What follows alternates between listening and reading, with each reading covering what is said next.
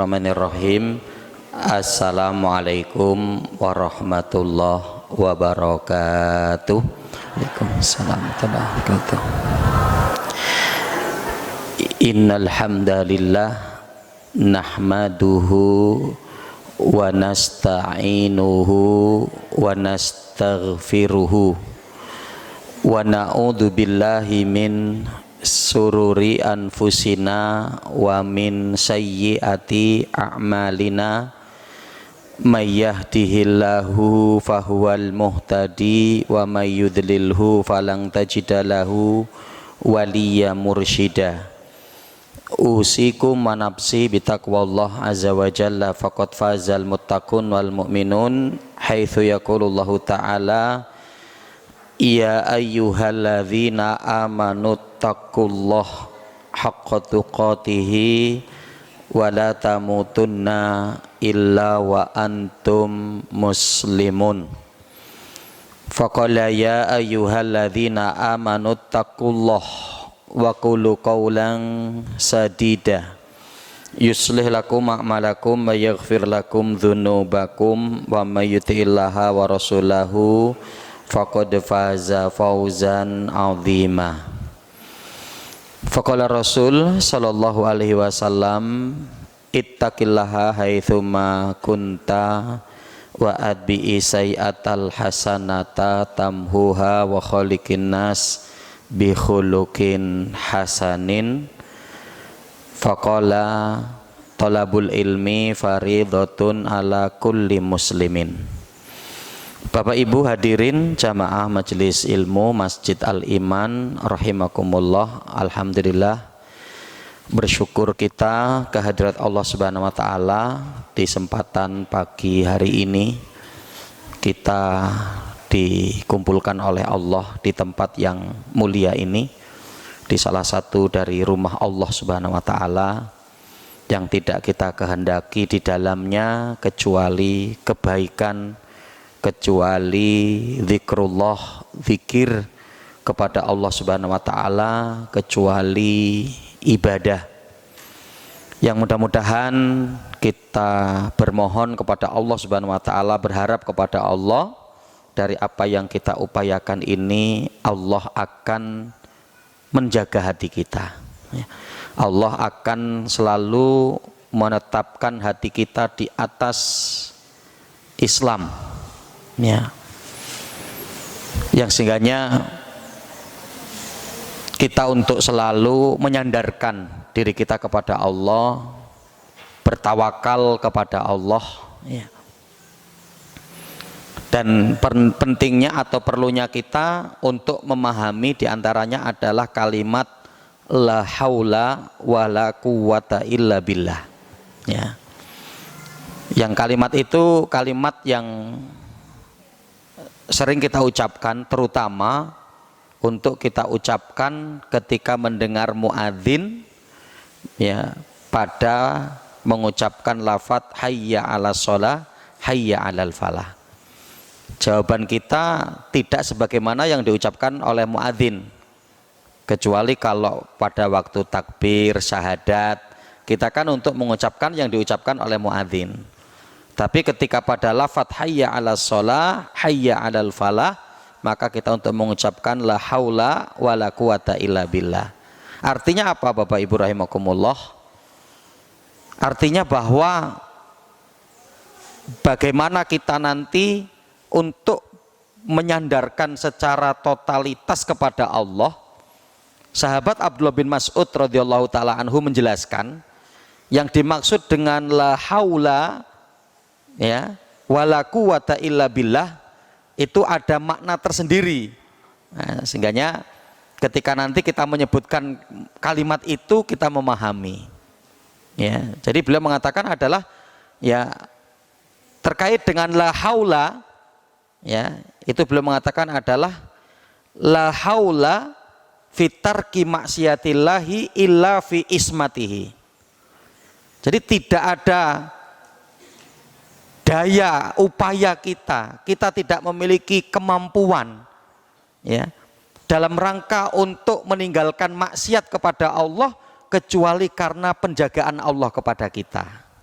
Ya, jadi pada waktu ketika dimudahkannya kita untuk meninggalkan maksiat, untuk menjauhkan diri dari dosa, itu semua karena Allah jaga kita. Bukan karena kemampuan kita, bukan karena kehebatan kita. Ya.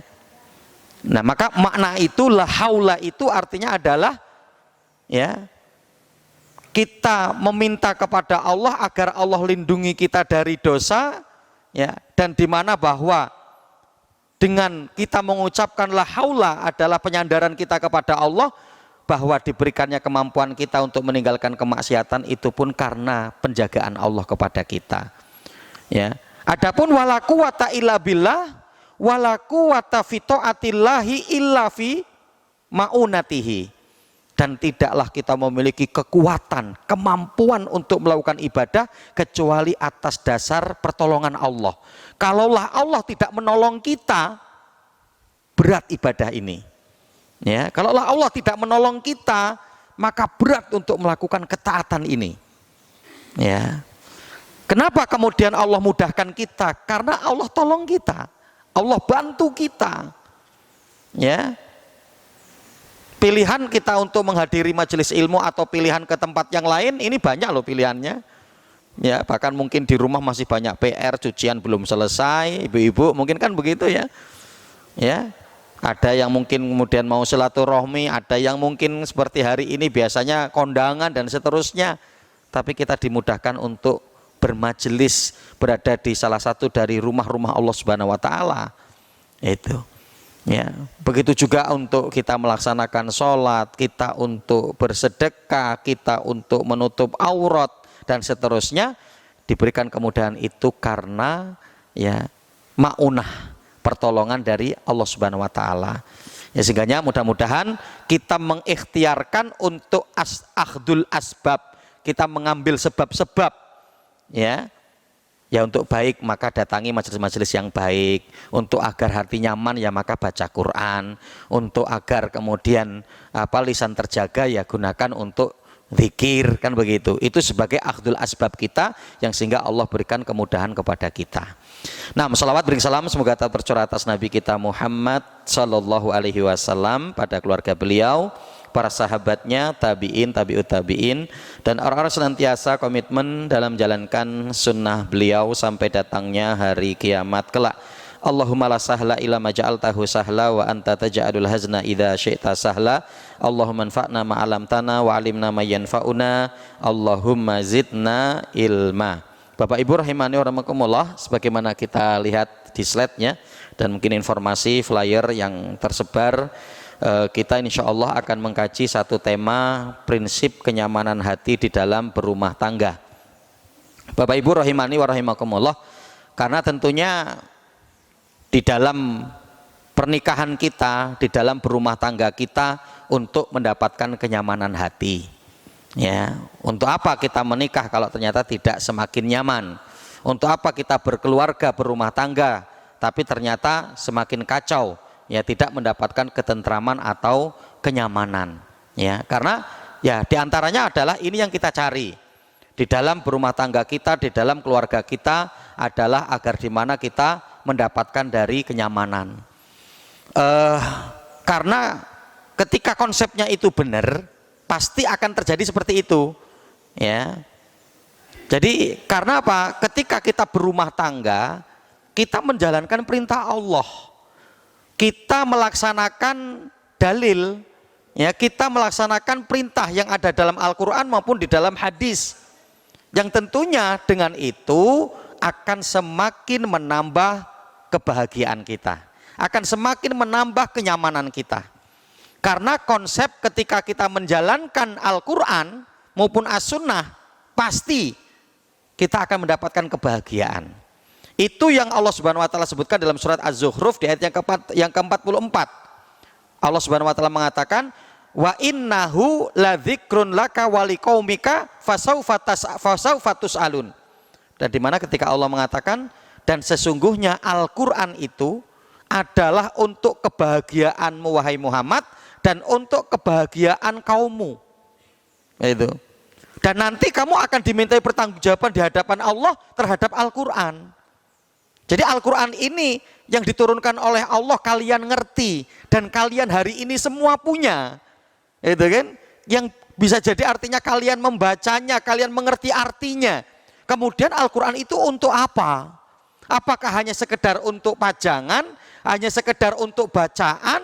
Apakah Al-Quran itu Anda amalkan? Yang karena apa? Menjadi jaminan Allah kalau Al-Quran itu kita amalkan akan menjadi kebahagiaan. Ya, akan menjadi kebahagiaan untuk kita. Ya. Maka kita mendapati juga hadis itu kan ketika Rasulullah mengatakan, ya. Jadi Al-Quran itu wal Qur'anu hujjatun laka au alaika. Ya, jadi Al-Quran itu ya nanti akan kemudian kamu jadikan hujah di hadapan Allah atau nanti Al-Quran yang akan menghujat kita. Gitu ya. Jadi Al-Quran itu bisa menghujat kita. Karena apa? Al-Quran nanti akan berkata kepada Allah, ya Allah si fulan ini sudah baca Quran. Dia sudah ngerti Al-Quran, tapi dia tidak jadikan Al-Quran untuk ya panduan dalam kehidupannya. Maka Al-Quran itu nanti akan kemudian menghujat kita, ya. Atau kita dapat menjadikan Al-Quran sebagai hujah di hadapan Allah karena kita telah mengamalkan Al-Quran. Ya, yang itu sudah menjadi janji Allah tadi dalam surat Az-Zukhruf di ayat yang ke-44 adalah kebahagiaan untuk kita. Dan jelas bahwa ketika kita berumah tangga, kita berkeluarga, kita telah atau sedang menjalankan perintah Allah. Wa ankihul ayyama minkum wassolihina min ibadikum wa imaikum. Dan nikahkanlah orang-orang yang masih sendiri di antara kalian, baik itu orang-orang yang merdeka atau hamba sahaya. Ya. Dan Rasulullah mengatakan, ya ma'syarus sabab man istata'a minkumul ba'a falyatazawwaj. Rasulullah mengatakan, wahai sekalian para pemuda, siapa di antara kalian yang sudah mampu untuk menikah, maka menikahlah. Ya. Dan bahkan Rasulullah mengatakan, an-nikahu sunnati faman raghiba an sunnati falaisa minni. Nikah itu adalah sunnahku, dan barang siapa yang membenci sunnahku maka dia bukan termasuk golonganku. Maka ya aslinya bahwa ketika kita menjalankan Al-Quran, kita menjalankan hadis, pasti akan mendatangkan kebahagiaan, pasti akan mendatangkan kenyamanan. Nah, di mana nanti kita akan coba untuk mengkaji, kita untuk melihat terkait dengan prinsip-prinsip kenyamanan hati di dalam rumah tangga. Nah, inilah pentingnya para bapak ibu sekalian rahimakumullah, solih dan menyamankan hati. Nah, jadi solih dan menyamankan hati.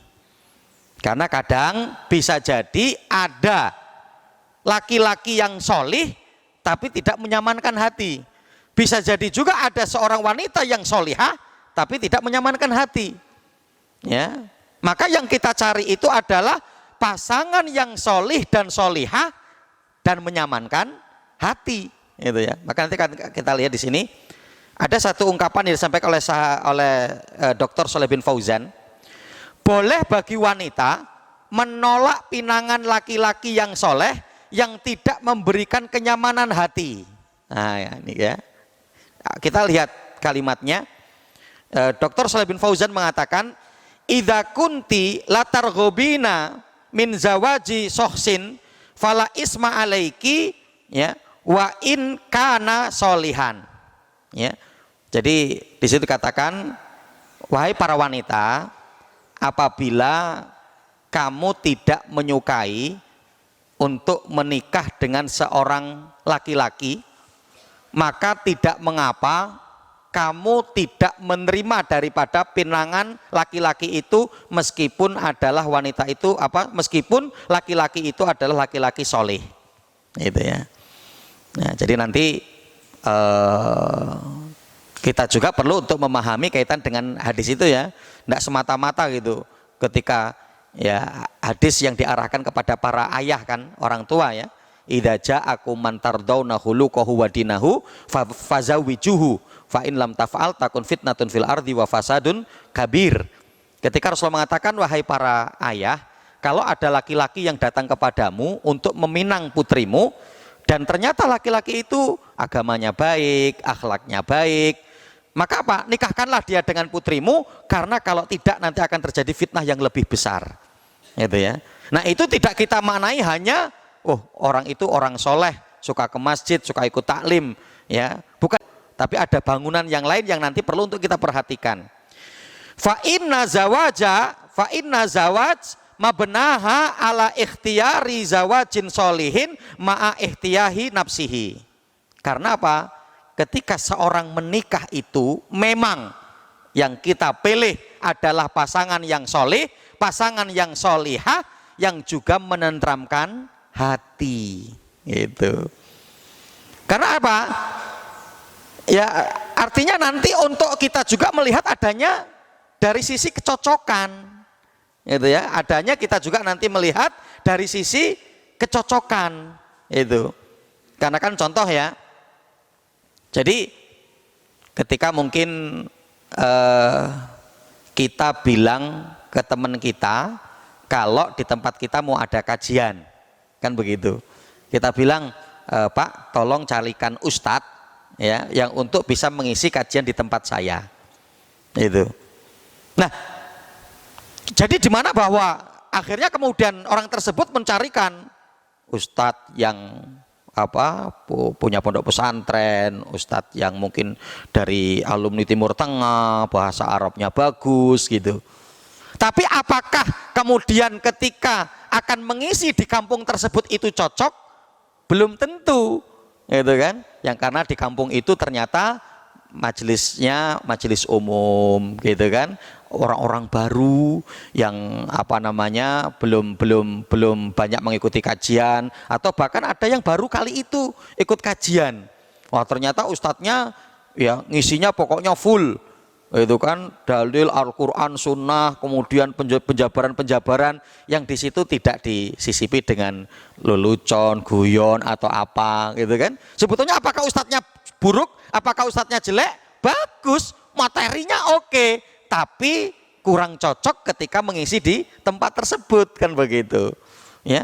Jadi bisa jadi orang itu orang soleh, wanita itu adalah wanita solihah, tapi ternyata apa? Nah, nanti di situ adanya ya, yaitu apa? Kondisi yang bisa untuk memberikan ketidaknyamanan ya.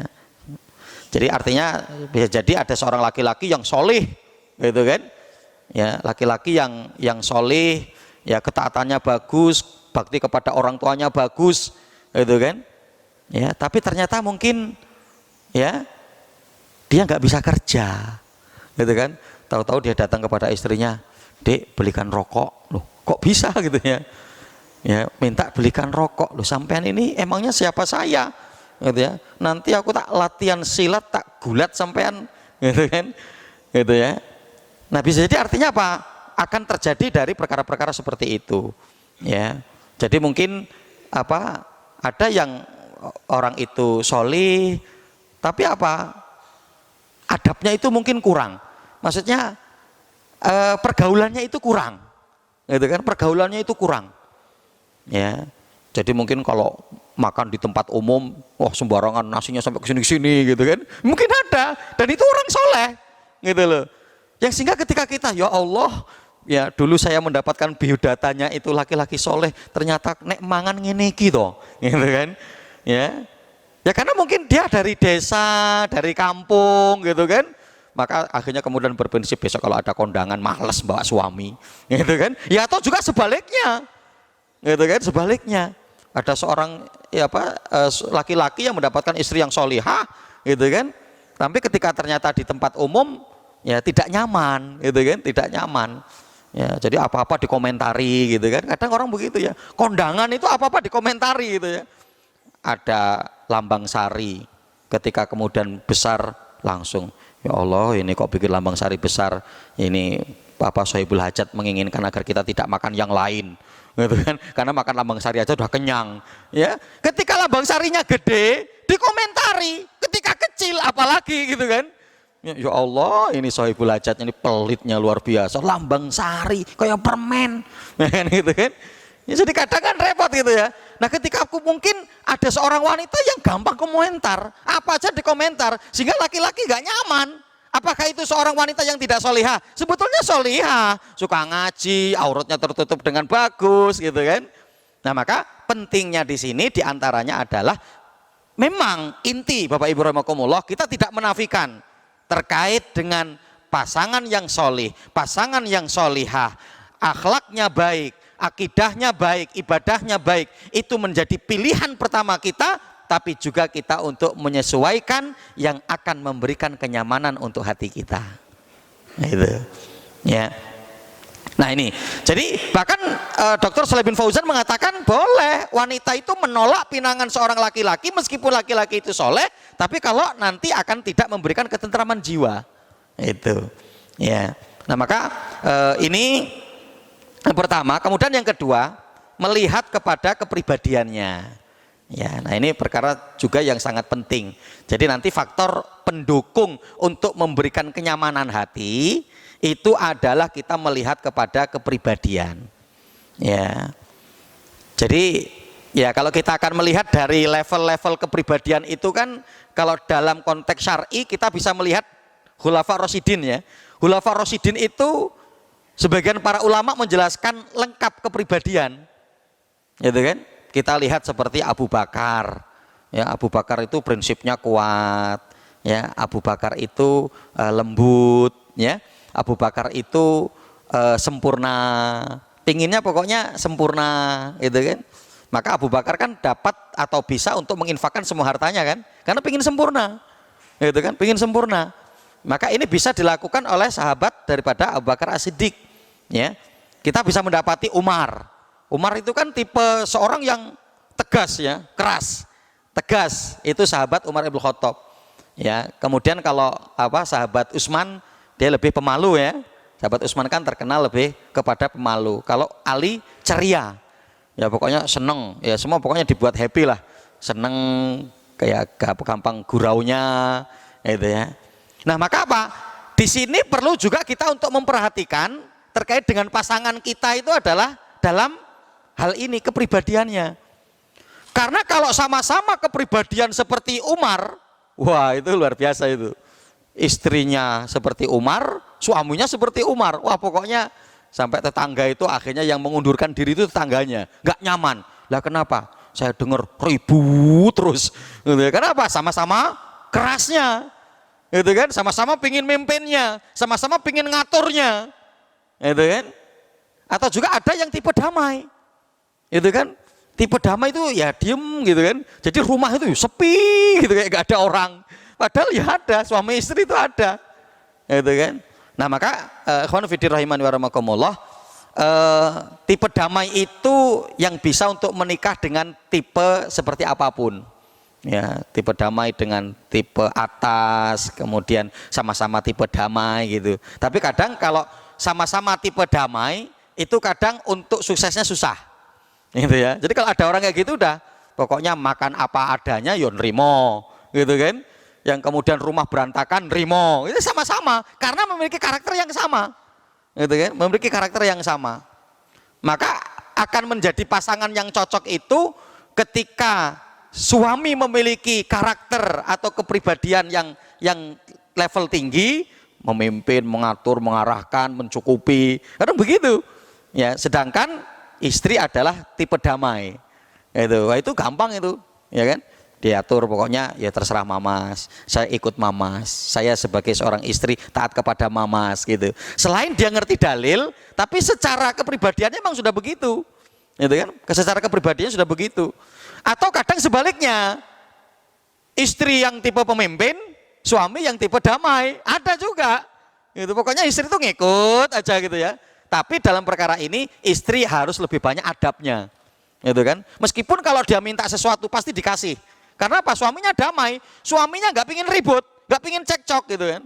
Ketika semuanya pingin tas gitu kan, mau beli tas gitu, ya sebetulnya nggak perlu ngomong, itu pasti sama suami boleh, gitu kan. Karena suami nggak pingin masalah. Karena ketika nggak usah, nanti langsung diserang kata-kata yang cukup banyak gitu kan. Makanya apa? Udahlah daripada nanti ribut, daripada nanti ini, ya udah, ya monggo kalau mau beli, gitu kan. Tapi apa? Meskipun seorang istri itu tahu ketika suaminya nanti ditanya akan jawab begitu, istri harus punya adab. Adabnya apa? Suami pimpinan saya, suami adalah pemimpin saya, dia yang akan membimbing saya, maka saya harus izin dulu. Ya, meskipun jawabannya kita sudah ngerti, ya silakan beli aja, itu kalau punya uangnya, atau mungkin begitu gitu. Tapi nggak tahu-tahu kemudian kita pulang dari kajian langsung bawa tas baru, Mas, Pak, alhamdulillah tas baru, itu kan kata suaminya, dek, meskipun nggak ngomong mungkin dia, astagfirullahaladzim, mungkin dalam hati begitu dia. Kemarin sudah beli tas baru, sekarang beli tas baru lagi gitu. Tapi ya dia cuman ngendep dalam hati aja dia. Itu karena nggak berani ngomong. Karena kalau ngomong nanti dia ngomong 1 diserang 10. Kan begitu ya. Ya, maka dia ya sudah gitu. Tapi tadi makanya dalam konsep Islam ada adabnya. Jadi tetap ngomong ya. Ketika mungkin kita mau pulang ke rumah orang tua kita gitu kan. Meskipun kalau kata suami nggak apa-apa, boleh gitu kan. Tapi kita izin dulu gitu. Kita untuk beradab karena kita ngerti akan posisi kita sebagai istri. Ya. Nah jadi kenyamanan itu nanti bisa melihat dari sisi kepribadian. Ya. Kenyamanan bisa melihat dari sisi kepribadian. Boleh dengan kepribadian yang sama, tapi harus kuat dalam penerapan syar'inya. Gitu. Jadi, loh kalau begitu, apa namanya? Bagaimana dalam konsep seorang ketika sudah menikah ternyata memiliki kepribadian yang sama, sama-sama tadi tipe atas gitu kan, sama-sama pemimpin, sama-sama pingin ngatur gitu, ya. Apakah dalam konteks Islam kemudian mereka itu harus dipisahkan yang sudah terlanjur untuk menikah? Ya enggak, bisa tetap ketika mereka memiliki ya ketetapan atau kemudian konsisten yang kuat untuk menjalankan syariat itu. Nggak ada masalah sebetulnya ya ketika mereka memiliki ya komitmen yang kuat untuk menjalankan daripada syariat ini. Kenapa?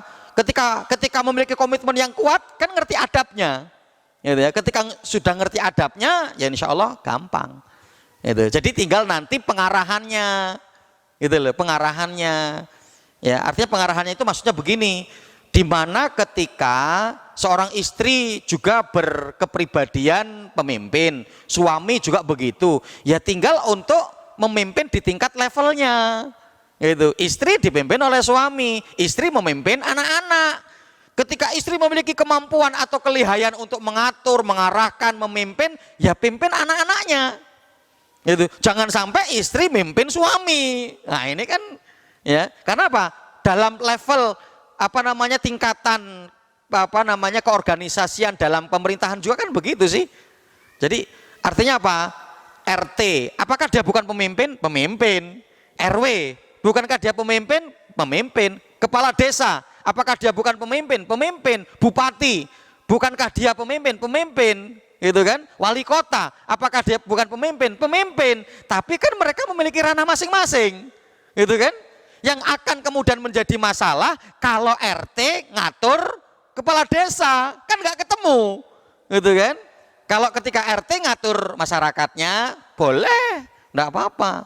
Tapi kalau sampai kemudian kepala desa ngatur, apa namanya, RT ngatur kepala desa, kepala desa, kamu harus gini, ini caranya harus gini, ini harus gini, ya nggak pas kan begitu. Artinya ketika kemudian memiliki jiwa kepemimpinan tadi itu, ya disalurkan sesuai dengan jobnya, disalurkan sesuai dengan ranahnya, dan itu pun nyaman juga kan begitu ya. Jadi kalau tadi konsepnya tadi RT kemudian ngatur kepala desa, berarti sama seperti istri ngatur suami, levelnya sudah beda.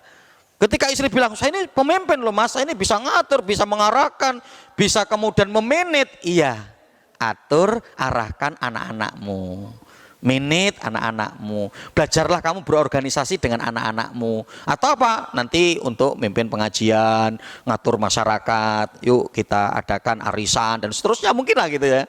Jadi sesuai dengan jobnya ya, jangan sampai kemudian melangkah yang itu pasti akan memberikan ketidaknyamanan, pasti akan memberikan ketidaknyamanan. Artinya Bapak Ibu rahimani wa rahimakumullah, sependiam-diamnya suami dia ada sesuatu yang dia memahami bahwa saya ini laki-laki, itu ya, bahwa saya ini laki-laki yang kadang mungkin dipendam, ya suatu saat dia akan muncul ketika ya adabnya tidak dijalankan.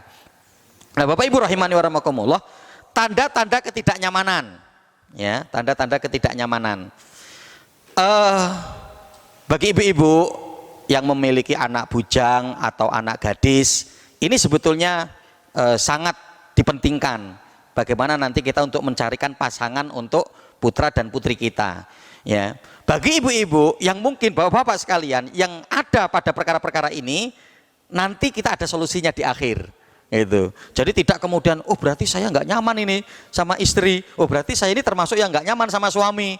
Ya, berarti harus bagaimana ini? Nah, nanti artinya bahwa ketika kita sudah dalam berumah tangga, ketika ada perkara-perkara ini, nah nanti kita akan lihat solusi-solusinya.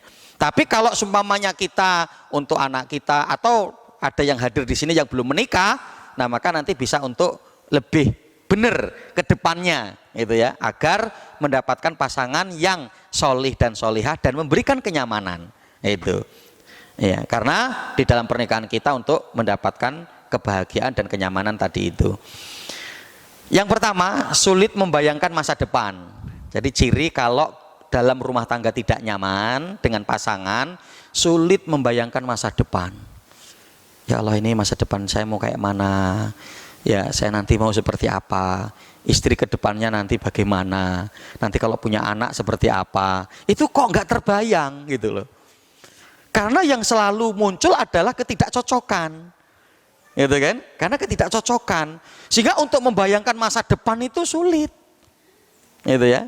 Nah, ketika hari ini kita dapat untuk menggambarkan masa depan, menunjukkan bahwa kita nyaman dengan pasangan kita. Apalagi bisa dikompromikan kan? Ya, Pak, ini sudah boleh lagi untuk umroh. Tahun berapa kita akan umroh lagi? Wah, itu nyaman itu berarti itu. Ya. Kalau sudah, alah ngomong-ngomongin umroh kita aja berantem terus. Wah, kan gitu kan? Itu kalau tidak nyaman kan? Tapi kalau bisa mengkonsep, nanti ini kita mau buat usaha apa lagi? Nanti Bapak kalau sudah pensiun, Bapak mau kayak mana ke depannya? Itu kan? Wah, ini berarti nyaman ini. Jadi keluarga yang seperti ini adalah keluarga yang nyaman. Ya. Nah, jadi tanda-tanda ketidaknyamanan, sulit membayangkan masa depan. Ya. Kemudian yang kedua, kehadiran anak membuat takut. Nah, itu nggak nyaman. Gitu ya. Ketika kehadiran anak membuat takut, ya kadang masalahnya itu banyak gitu kan. Ya, takut disebabkan karena tidak bisa untuk memberi nafkah, semakin memberikan beban, tambahan beban gitu ya. Ya, atau nanti tidak bisa untuk menyekolahkan. Itu. Ya. Nah, Bapak Ibu rahimani wa rahimakumullah, dan kadang ya faktor itu juga banyak. Kadang faktor orang tua. Ya. Wah, hati-hati besok kalau punya anak lagi, anakmu masih cilik loh. Gitu kan. Ya. Ya, tak bener, hamil lagi nggak ngomong-ngomong gitu kan akhirnya. Karena takut marah sama orang tuanya gitu. Lah yang mau hamil siapa, yang punya anak siapa, malah yang ribut orang tuanya gitu ya. Jadi seharusnya orang tua itu dukung aja terus gitu kan. Dukung aja terus. Nasihati boleh gitu kan, menasehati boleh gitu ya. Tapi jangan sampai Bapak Ibu ketika kita tidak menghendaki kehadiran anak padahal itu sudah memungkinkan akan adanya anak. Gitu loh. Contoh mungkin sudah hamil awal-awal bulan gitu kan. Yang ternyata kadang ada mereka orang-orang yang tidak menghendaki itu.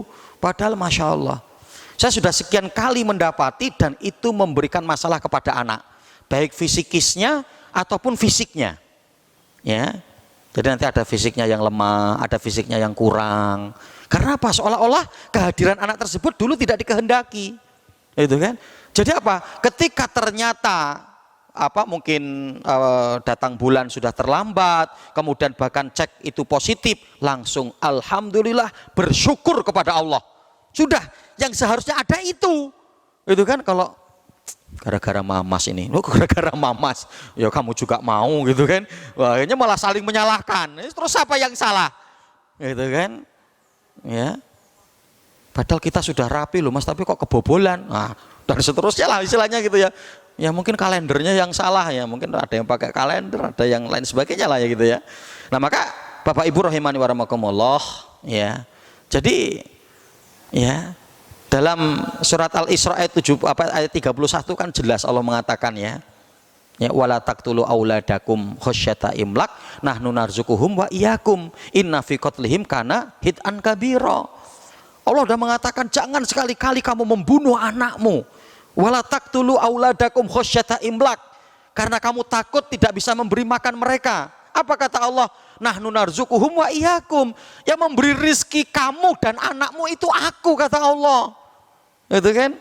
Inna fi qatlihi kana khit'an kabira. Karena sesungguhnya ketika ada ada orang tua yang berani membunuh anaknya, itu adalah dosa besar. Maka nanti mereka akan ditanya, bi ayyi dzambin qutilat. Wahai anak-anak kecil, kamu dibunuh karena dosa apa? Ya. Karena dosa apa sehingga kemudian kamu dibunuh, ya. Jadi kehadiran anak membuat takut, itu tanda ketidaknyamanan. Tapi kalau kemudian terus ingin punya anak, lihat anak kecil itu seneng, nah itu ya tanda kenyamanan, ya. Kemudian yang berikutnya adalah rumah terasa sepi, komunikasi yang tidak baik, gitu ya, komunikasi yang tidak baik, ya. Nah, ini kadang terjadi, ya, meskipun dengan hal-hal yang kecil, gitu loh. Jadi Bapak Ibu rahimakumullah, jangan kita memiliki sesuatu yang kemudian akhirnya kita pendam, main perasaan, berharap dia paham. Jangan, gitu kan?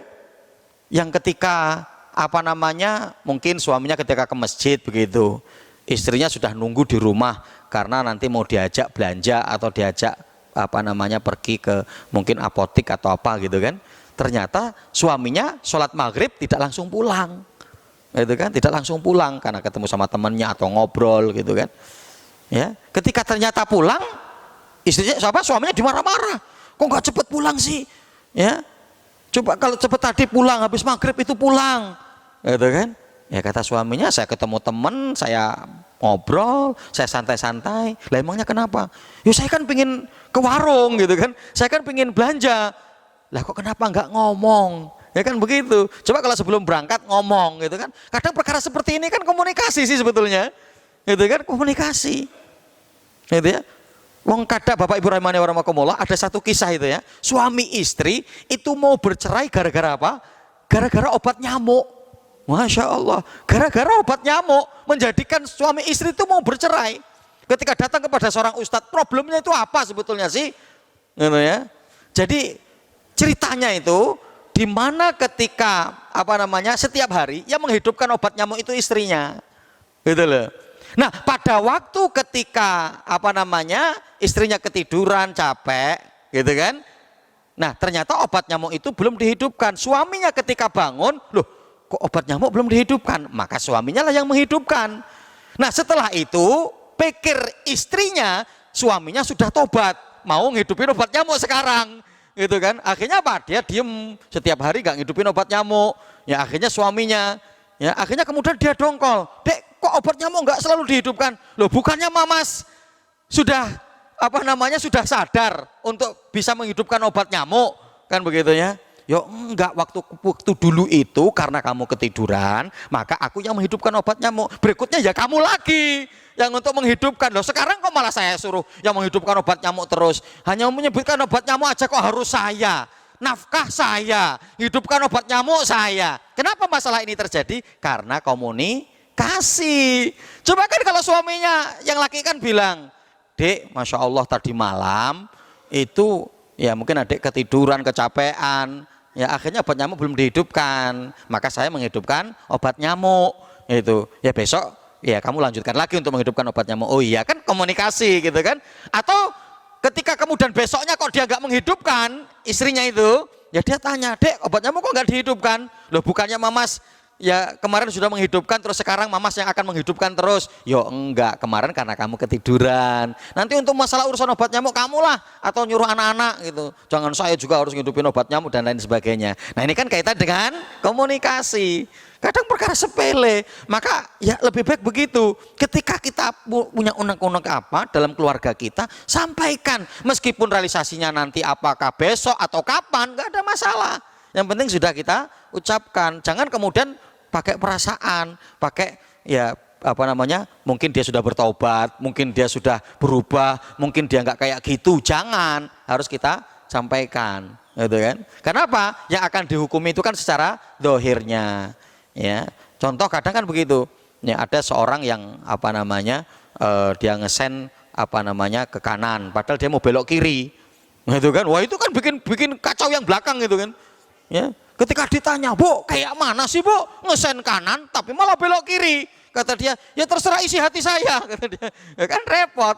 Ya, yang akan kita hukumi ya secara dohirnya. Lah wong sennya ke kanan ya secara otomatis kita pahami kan mau belok ke kanan, gitu kan? Nah ini kan kacau kalau begitu, karena kita nggak tahu tentang isi hati, gitu kan? Ya, jadi suami tadi yang ke masjid, yang kemudian habis maghrib tidak langsung pulang, karena dia nggak ngerti isi hati istrinya, gitu kan? Coba kalau istrinya bilang, Mas, nanti kalau sudah sholat maghrib pulang, ya saya mau minta antarkan ke pasar, antarkan ke toko atau antarkan ke warung.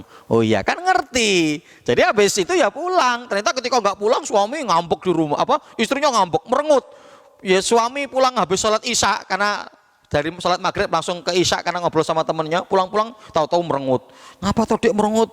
Lah wong saya pengen ke warung malah mama habis maghrib nggak pulang. Lah ya kok nggak ngomong kan gitu ya. Coba tadi sebelum berangkat ngomong, maka ya saya tahu kan gitu. Nah ini maka tanda ketidaknyamanan biasanya apa? Rumah terasa sepi karena komunikasi yang tidak baik. Ya komunikasi yang tidak baik. Ya. Kemudian berikutnya adalah kata-katanya yang selalu menyakitkan. Ya, jadi nyelekit terus gitu ya, masya Allah. Itu memberikan ketidaknyamanan. Ya, kadang ada yang mungkin ngomongnya nggak banyak, tapi ngomong dikit langsung dalam begitu kan, kena. Ya Allah. Ya, ini tanda-tanda ketika tidak nyaman dengan pasangan. Kata-katanya yang selalu menyakitkan. Ya, maka Bapak Ibu rahimakumullah, maka mari konsep hadis Rasulullah mengatakan apa? Ya, man kana yu'minu billahi fal yaumil akhir falyakul khairan aw liyasmut. Barang siapa yang beriman kepada Allah dan hari akhir, hendaklah berkata baik. Kalau tidak bisa, lebih baik diam. Itu. Maka untuk selalu dipertimbangkan. Mendapatkan doa dari Imam Hasan Al-Basri. Ya beliau mengatakan apa? Rahimallahu abdan waqafa inda hammihi wa in kana lillahi madha wa in kana li ghairihi ta'akhkhara. Allah merahmati seseorang yang sebelum dia berbuat, sebelum dia berucap, berhenti dulu. Kalau untuk Allah, dia lanjutkan. Kalau untuk selain Allah, dia berhenti. Masya Allah. Ya, kalau ucapan kita selalu kita timbang-timbang begitu, alangkah indahnya kan gitu. Jadi ucapan ini akan menyinggung dia tidak, ucapan ini akan menyakiti dia tidak. Kalau menyakiti berhenti, tapi kalau tidak lanjutkan. Ini ada nilai pahalanya di sisi Allah tidak. Kalau ternyata ucapan ini menjadi maksiat, berhenti. Masya Allah gitu loh. Jadi penuh pertimbangan. Kata-katanya selalu menyakitkan. Ini tanda ketidaknyamanan. Kemudian berikutnya adalah naksir orang lain. Nah ini ya, naksir orang lain ini berikan tidak nyaman. Ya, suaminya naksir perempuan lain, nyaman nggak Bu? Wah. Kalau bapak kayak mana? Bapak ya, istrinya naksir laki-laki lain. Oh, lebih lagi Bu ya Pak ya. Ya, apalagi sebagai seorang pemimpin gitu ya. Naksir orang lain. Ya. Jadi apa yang hari ini Allah berikan kepada kita, itu yakini Allah takdirkan untuk kita. Bahkan konsepnya Bu, dalam riwayat Imam Tirmidzi Rasulullah mengatakan al khairu khiratullah. Kebaikan itu adalah apa yang Allah pilihkan untuk kita. Gitu kan? Jadi jangankan untuk istri kita yang sudah kita proses dulunya, kemudian kita akad, apalagi sampai sekarang sudah punya anak 2, punya anak 3, lah kok masih mengatakan, ya Dek kamu ini takdir untukku, bukan ya? Loh udah anaknya sudah 5 kok ngomong kayak gitu loh, gitu kan? Ya, apalagi sudah kemudian baru-baru menikah, ternyata kemudian di spakbor motornya ditulis ternyata isi Ayu Adie. Oh, ini kayak mana? Loh Anda dinikahkan dengan mbaknya, ya sudah, mbaknya itu yang paling cantik, harusnya kan begitu. Udah gitu ditulis gede-gede gitu ya. Ya Allah ternyata isi Ayu Adie gitu ya. Nyesel gitu ya. Dulu saja nikahi pengennya sama adiknya gitu loh. Kok bisa? Ya, saya nggak tahu adik kamu kan dulu di Jakarta. Itu kan setelah ketika saya nikah sama kamu kok adikmu pulang, ternyata Ayu adikmu. Wah itu menyakitkan, ya kan? Menyakitkan. Mas, sekarang itu mama sama saya, itu loh, ya. Nah jadi termasuk bikin tidak nyaman adalah karena naksir orang lain. Nah ini hindarkan Bapak Ibu rahimakumullah, ya. Jadi di mana Masya Allah betapa banyak perkara-perkara seperti ini ya terjadi yang itu ya menggelisahkan ya di dalam rumah tangga atau berkeluarga. Bertengkar bahkan dalam hal-hal sepele gitu ya. Padahal sepele bikin ribut, hal sepele bikin masalah, bikin cekcok. Nah, itu menandakan ketidaknyamanan dalam keluarga, dalam rumah tangga. Pada saat bertemu ya, itu ada depresi atau rasa takut. Maksudnya nggak nyaman. Nyamannya itu kalau jauh. Ya, kalau jauh nyaman, bisa teleponan, video call gitu ya. Tapi kalau deket ribut, gitu kan? Kalau deket ribut, nah ini ciri-ciri di tanda. Ya. Kemudian usaha Anda selalu salah di mata pasangan. Ya. Jadi setiap kita melakukan apa, perbuatan apa, ide-ide apa, itu dianggap salah terus. Dianggap tidak benar, dianggap salah, dianggap tidak tepat, tidak pas. Nah, itu. Kemudian banyak hal yang benar yang harus ditutup-tutupi. Jadi demi kita untuk membahagiakan pasangan, itu kan, banyak hal yang benar yang harus kita tutup-tutupi. Itu kan? Itu tanda ketidaknyamanan. Kita menghendaki untuk berinfak kepada ibu kita, kepada bapak kita, kepada orang tua kita. Tapi karena istri kita nggak menghendaki itu, maka kita nutup-nutupi. Padahal benar itu kan? Padahal sesuatu yang benar. Ya, sampai ayo mas, saya ini mamas ngasih ibu bapak ya, ya enggak kok, ya kan? Dia menutup-nutupi yang benar, padahal benar dia berinfak, dia ngasih orang tuanya, tapi demi untuk karena istrinya begitu, akhirnya apa? Dia untuk agar suaminya senang, ya, jadi tutup-tutupi. Itu ketidaknyamanan, nggak nyaman, ya. Itu adalah sesuatu yang tidak nyaman. Nah maka Bapak Ibu rahimakumullah, ada satu istilah yang ini patut betul untuk menjadi renungan kita, yaitu apa? Apakah sebetulnya sebabnya karena laki-laki yang kurang qawam atau karena sebetulnya istri yang jahat? Gitu kan? Ya. Ini patut menjadi renungan kita ini, kalimat ini, ya. Apakah sebetulnya karena suami yang kurang qawam, ya artinya kegagahannya, kelakiannya itu kurang, ataukah karena istri yang jahat, gitu kan? Jadi ya artinya apa? Tidak selalu bahwa karena laki-laki yang tidak qawam, karena bisa jadi istrinya jahat tadi itu loh. Jadi pokoknya sampai pokoknya mamas kalau ketemu ibu jangan pelukan, jangan salim-salim, jangan cium gitu kan? Jangan, gitu kan? Lah wong itu ibunya, gitu kan? Ada kadang seorang istri itu yang cemburunya sampai begitu gitu loh. Nah jadi ini artinya suami yang kurang tegas kepada istrinya atau karena istrinya yang jahat. Bisa jadi suaminya sudah tegas tapi istrinya tetap begitu. Berarti kan karena kondisi istri yang jahat gitu. Nah maka disinilah ya penting untuk menjadi renungan bagi kita. Artinya bagaimana laki-laki bisa memosisikan diri sebagai laki-laki yang qawam, dan wanita ya jangan menjadi wanita-wanita yang jahat. Artinya kan begitu. Pada perkara-perkara baik dukung, pada perkara-perkara baik ayo kita jalankan bersama-sama. Artinya seperti itu.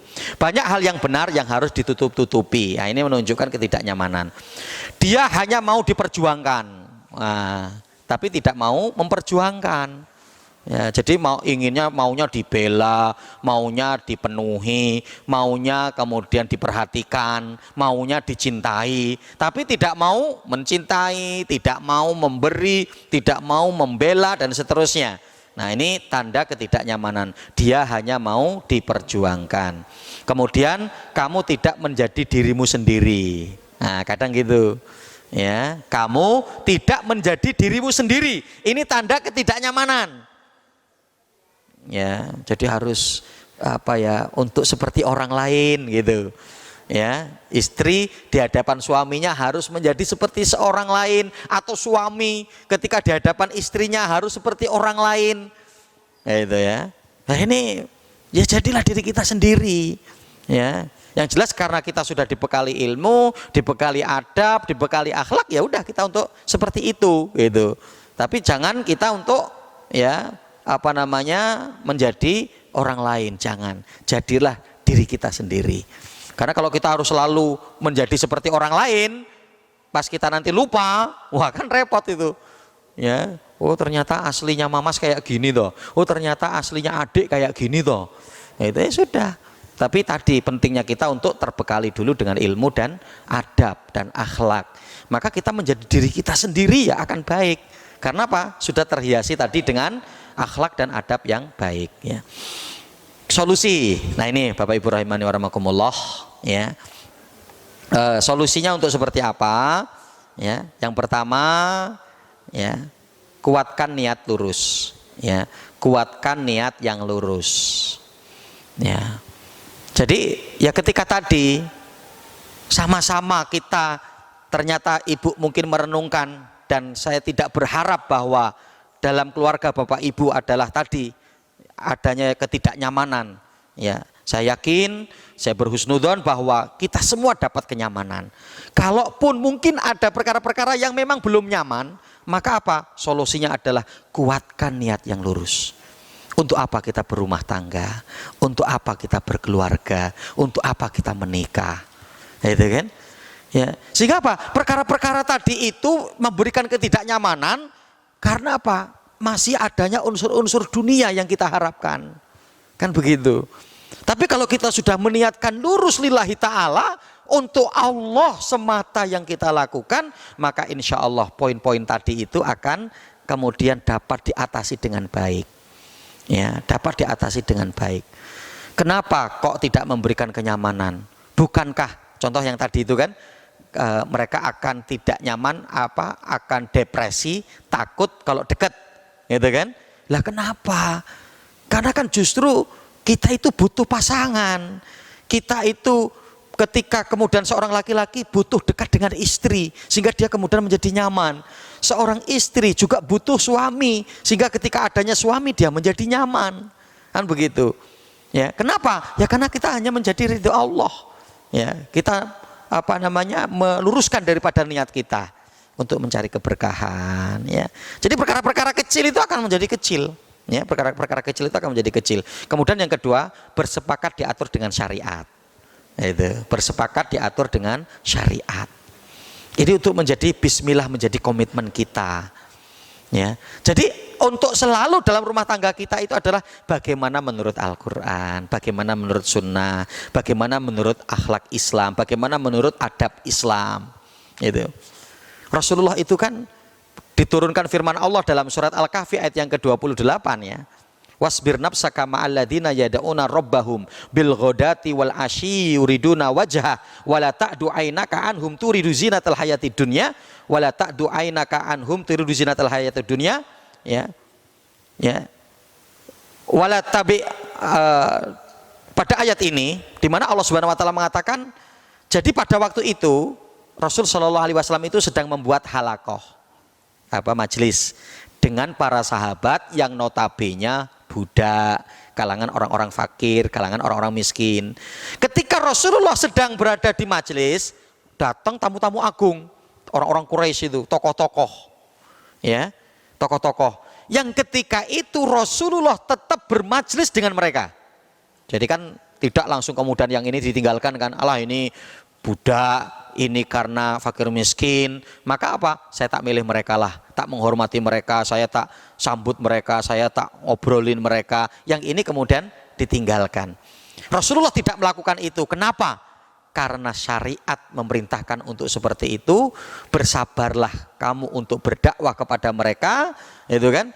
Baik di siang hari, di sore hari, dan mereka lah orang-orang yang mau menerima dakwahmu.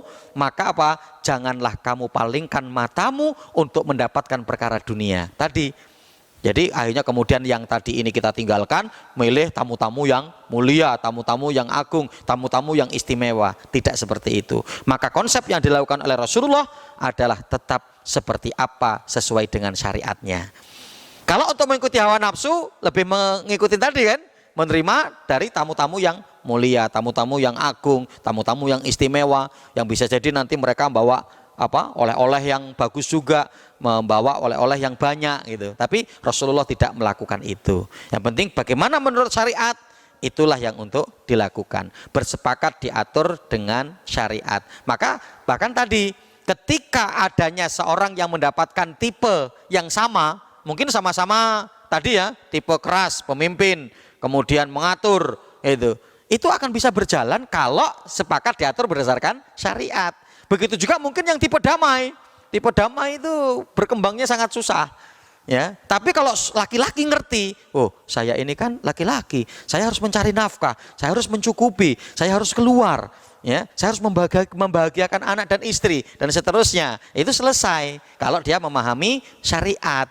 Itu meskipun memiliki tipe damai yang sama dengan istrinya. Lah kalau tidak diatur dengan itu ya sudah, pokoknya miskin terus nggak berkembang, pokoknya nggak maju itu, pokoknya udah begitu terus. Ya, ini maka bersepakat diatur dengan syariat solusinya. Mengusahakan hal-hal yang mendatangkan cinta. Ya, bahkan nanti diantaranya Bu, waja'ala bainakum mawaddata warahmah dalam surat Ar-Rum ya ayat 21 Allah mengatakan begitu. Waja'ala bainakum mawaddata warahmah. Mawaddah itu cinta, rahmah itu cinta yang mendalam. Ya, kalau para ahli tafsir menjelaskan cinta yang mendalam itu cinta yang sampai menimbulkan perjuangan, pengorbanan. Itu rahmah, ya. Mawaddah, ya, mawaddah itu adalah, maka di situ diawali dengan kata waja'ala. Ja'ala. Untuk mendatangkan mawaddah itu perlu dibuat. Gitu, perlu dibuat. Jadi enggak kemudian diam-diam tahu-tahu kemudian ada cinta, enggak. Ya, bisa jadi jalan-jalan bersama menimbulkan cinta. Gitu kan? Mungkin kemudian safar kemana menimbulkan cinta, kemudian mungkin ke taman main-main bersama menimbulkan cinta. Itu ada satu kisah itu kan Bu ya, yang ketika ada seorang yang mengadukan ke ke ahli untuk solusi rumah tangga, yang itu dia sudah tidak menghendaki untuk melanjutkan rumah tangganya. Gitu kan, sudah tidak lagi ingin melanjutkan rumah tangganya, ya. Dan waktu itu menceritakan bahwa di situ adanya seorang manajer, gitu kan, dia sudah punya istri, punya keluarga. Ketika dia kemudian sukses, punya sekretarisnya perempuan cantik dengan dia. Ya. Akhirnya apa? Jujur dia, saya senang sama sekretaris saya ini, ya. Tapi kemudian apa? Ya, dia ternyata sekretarisnya itu mau dinikahi sama manajernya itu, bosnya itu, kalau dia menceraikan istrinya. Wah, masya Allah kan gitu ya.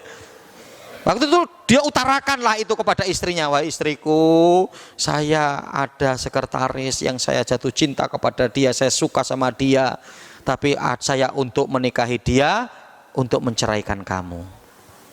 Ya, loh kenapa Mas? Kita sudah punya anak, kita sudah lama untuk menikah. Ya karena cinta saya kepadamu sudah pudar. Ya, saya cinta kepadamu sudah menurun, gitu ya. Tapi ternyata apa, Bapak Ibu rahimakumullah? Ketika itu apa? Istrinya itu meminta begini, suamiku, tidak masalah, boleh kalau kamu menceraikan saya, tapi dengan satu syarat. Ya, tolong lakukan sebagaimana ketika dulu kita pengantin baru. Ya, kamu menggendong saya dari ruang tamu dibawa ke kamar. Lakukan itu selama 1 pekan. Ya, gitu kan? Dilakukanlah sama suaminya. Ya, terus gitu. Hari ketujuhnya setelah kemudian menggendong dan meletakkannya di atas kasur, ketika itu ditanya, suamiku, silahkan semua sudah kamu jalankan, ya. Kamu menceraikan saya, silahkan kamu ceraikan saya dan kamu nikahi sekretarismu itu. Dia ketika itu langsung menangis, saya nggak mungkin menceraikanmu, gitu ya. Dengan perbuatan menggendong tadi itu timbulnya lagi rasa cinta. Karena apa? Cinta itu adanya perbuatan, gitu ya. Jadi bukan kata sifat, tapi cinta itu adalah tadi waja'ala bainakum mawaddata warahmah. Ja'ala itu artinya menjadikan. Ja'ala itu artinya menjadikan, berbuat itu. Nah, maka mengusahakan hal-hal yang dapat mendatangkan cinta. Kemudian apa? Berkasih sayang dengan adanya pengorbanan. Maka tadi rohmah itu nanti lebih para ulama menyebutkan adalah ya adanya pengorbanan. Cinta yang sampai adanya pengorbanan, itulah rohmah yang diawali dengan mawadah. Gitu ya. Ketika kemudian mengadakan kegiatan-kegiatan bersama, timbul rasa cinta, saling menyayangi, maka kemudian apa? Timbul saling siap untuk berkorban. Gitu ya, siap untuk berkorban. Wallahu taala a'lam. Alhamdulillah selesai sudah kajian kita para Pak dan Ibu sekalian rahimakumullah, ya. Yaitu kaitan dengan bagaimana konsep, ya, kita, ya, untuk prinsip kenyamanan hati dalam berumah tangga. Wallahu taala alam. Ada berapa menit? Alhamdulillah wassalatu wassalamu ala Rasulillah wa ala alihi wa sahbihi wa man walah, amma ba'. Terkait membaca Al-Fatihah, kita bagi seorang makmum itu seperti apa? Karena memang ada dua kondisi begitu, Bu, ya. Ya, artinya kondisi yang dilema bagi kita. Satu sisi bahwa ketika dibacakan Al-Qur'an, ya, itu kita untuk mendengarkan, ya. Dalam ayat kan dikatakan begitu, wa idza quri'a Qur'an, ya, wa ansitu, ya, yarhamukumullah. Jadi kalau dibacakan Al-Qur'an maka dengarlah dan kemudian diam dan dengarlah, itu agar di mana Allah memberikan rahmat, ya. Nah, di sisi lain la sholata liman lam yaqra bi Fatihatil Kitab. Ya, ada hadis yang mengatakan tidak ada sholat bagi seorang yang tidak membaca Al-Fatihah. Itu. Nah, ini seperti apa? Nah, Bapak Ibu rahimani wa rahimakumullah, itu nanti dikaji panjang lebar di dalam Shahih Fiqhus Sunnah Imam Abu Malik rahimahullahu taala. Jadi kaitan dengan membaca surat Al-Fatihah itu pendapat dikuatkan makmum tetap untuk membaca. Itu. Karena sesuai dengan diantaranya adalah dalil tadi itu. Itu. Ya. La sholata liman lam yaqra bi Fatihatil Kitab. Jadi tidak ada sholat bagi seorang yang belum membaca pembuka Alkitab. Yang dimaksud di sini adalah Al-Fatihah. Jadi artinya pendapat yang dikuatkan adalah bagi setiap kita ketika kita berposisi sebagai makmum tetap Al-Fatihah untuk kita baca sedapatnya. Nah, kan bisa jadi karena kita masbuk, kita membaca Al-Fatihah kemudian baru dapat setengah, imam sudah rukuk. Ya sudah, kita nggak perlu harus memaksakan melengkapi Al-Fatihah baru kemudian menyusul imam, takut kita ketinggalan.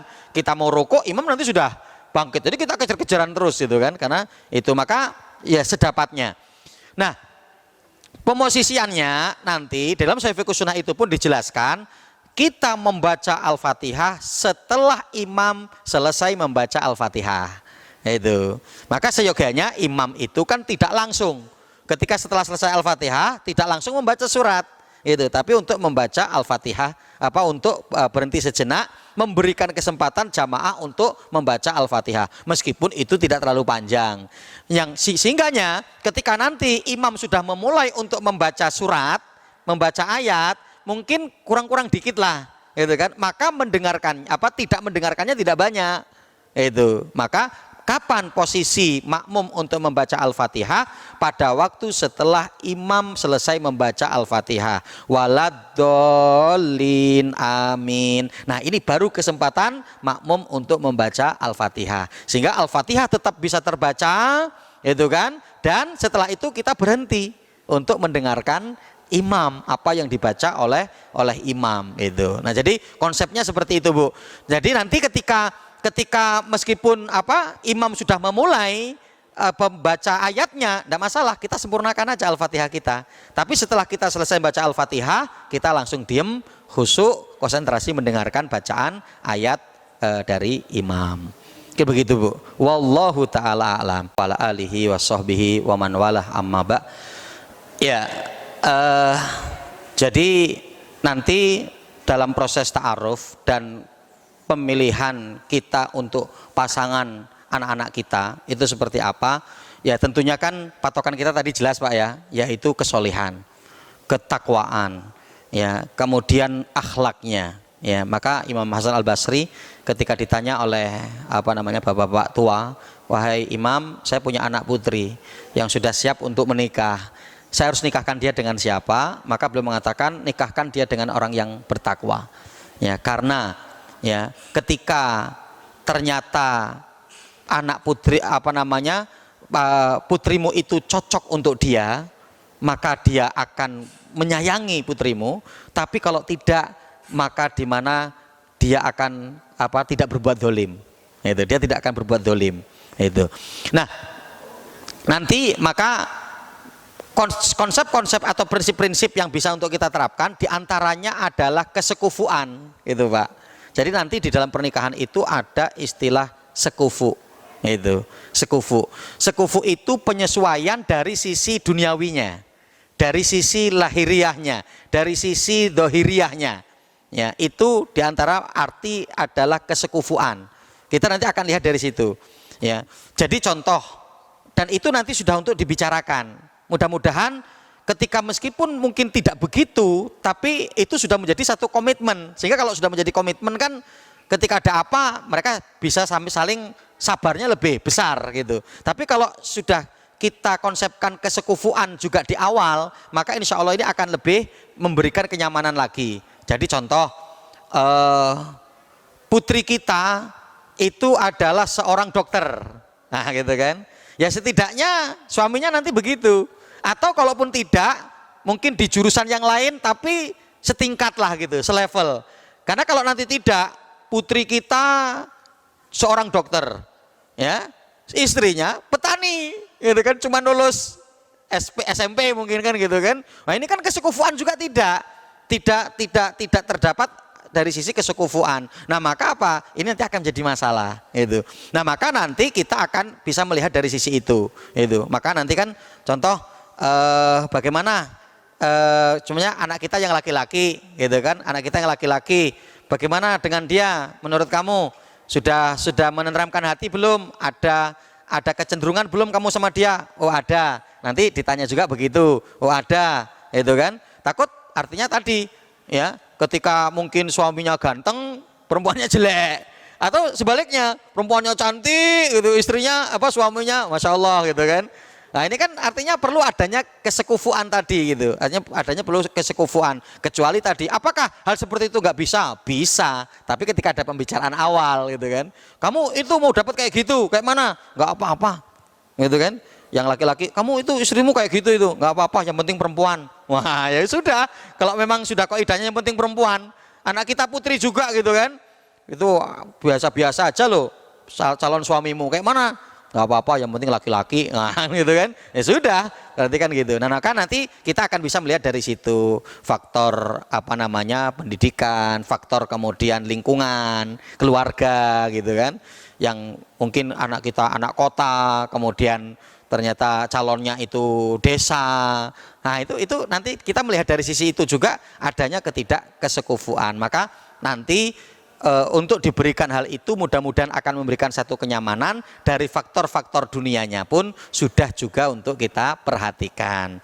Kalaupun kemudian belum, ya minta komitmennya. Kalau belum kan ya nggak ada lah yang sempurna kan, aslinya begitu ya, nggak ada lah yang sempurna, maka ya diminta untuk komitmennya gitu, diminta untuk komitmennya. Mungkin itu Pak yang bisa untuk diupayakan juga untuk putra putri kita, kaitan kita menjodohkan mereka selain untuk tipe pertama solih, solihah, ya bertakwa, kemudian baik ibadahnya, baik akhlaknya.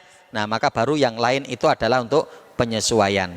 Mungkin begitu Bapak Ibu rahimakumullah apa yang bisa kita kaji pada kesempatan kajian di pagi hari ini. Mudah-mudahan bermanfaat dan alhamdulillah untuk infak sedekah subuh mendapatkan Rp1.225.000. Alhamdulillah jazakumullah khairan jaza wa barakallahu fi ahlikum wa malikum. Mudah-mudahan Allah merahmati kita semua dan menjadikan keberkahan untuk harta dan keluarga kita sekalian. Aku qouli hadza astaghfirullahaladzim li wa lakum wa lisa'il muslimin fi kulli jamil aqtar. Wa billahi taufiq wal hidayah. Wassalamualaikum warahmatullahi wabarakatuh.